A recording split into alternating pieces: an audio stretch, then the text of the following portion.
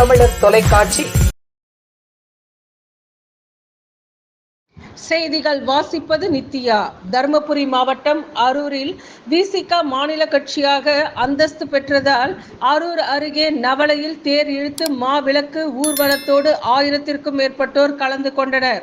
நாடாளுமன்ற தேர்தலில் விடுதலை சிறுத்தைகள் கட்சி சிதம்பரம், விழுப்புரம் ஆகிய 2 தொகுதியில் பானை சின்னத்தில் போட்டியிட்டு வெற்றி பெற்றது. இதையடுத்து அக்கட்சி மாநில கட்சியாக அங்கீகாரம் பெற்றது. இதை கொண்டாடும் விதமாக தருமபுரி மாவட்டம் அரூர் அருகே நவளை கிராம மக்கள் சுமார் 1000க்கும் மேற்பட்டோர் ஒன்று திரண்டு அலங்கரிக்கப்பட்ட அம்பேத்கரின் உருவப்படம் டிராக்டரில் வைத்து ஊர்வலமாக ஓட்டி வந்தனர்.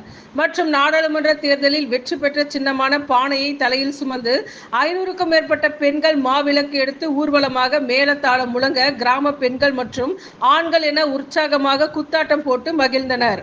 பின்னர் அம்பேத்கரின் திருவுருவ சிலை அருகே பானை சின்னத்தை ஏந்தியவாறு விடுதலை சிறுத்தைகள் கட்சியினர், தருமபுரி மாவட்ட செயலாளர் சாக்கன் சர்மா மற்றும் ஊர் நிர்வாகிகள் நின்றதால் கிராம மக்கள் ஆரவாரம் செய்து மகிழ்ந்தனர்.